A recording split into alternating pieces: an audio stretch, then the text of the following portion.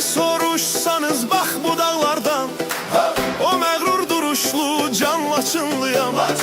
Sığal çəkilməyən o sərt dağlara, mənəm o eğilməz can Laçınlıyam. Mən Laçınlıyam.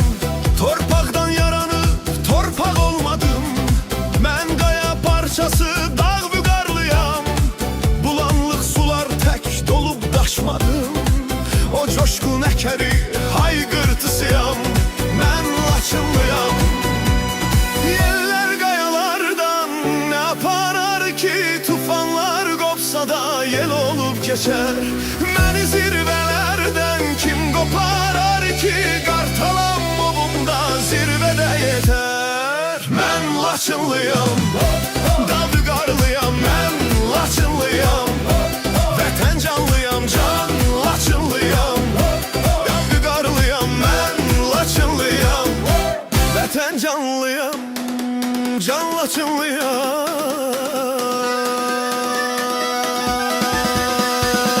Yadlar karşısında bükülmez dizim, sinem siper olar, sözüm ox olar. Dağlar tek vüqarlı, silinmez izim, bakışım düşmene min bir ox olar.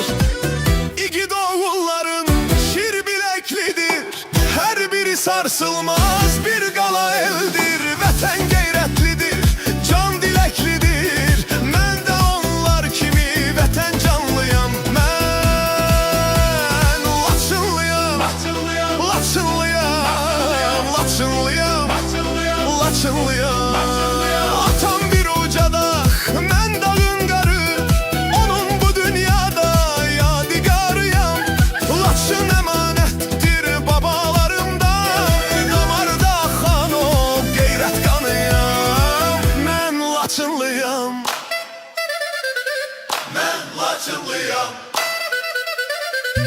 mən Laçınlıyam, mən Laçınlıyam, mən Laçınlıyam. Bir ağ göyərçinəm, qonmuşam sənə, pərvazla dolandım o zirvələrə. 100 ömür verilsə gələrəm yenə, mənim ruhum olan o dərələrə. Mən Laçınlıyam, dağ vüqarlıyam. Mən Laçınlıyam, vətən canlıyam, can Laçınlıyam. Dağ vüqarlıyam, mən Laçınlıyam, vətən canlıyam, can Laçınlıyam.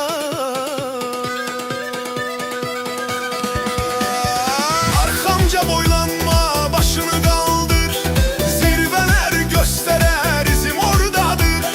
Ruhum Laçındadır, cismim buradadır, o yurdun sakini dağ vüqarlıyam. Mən Laçınlıyam.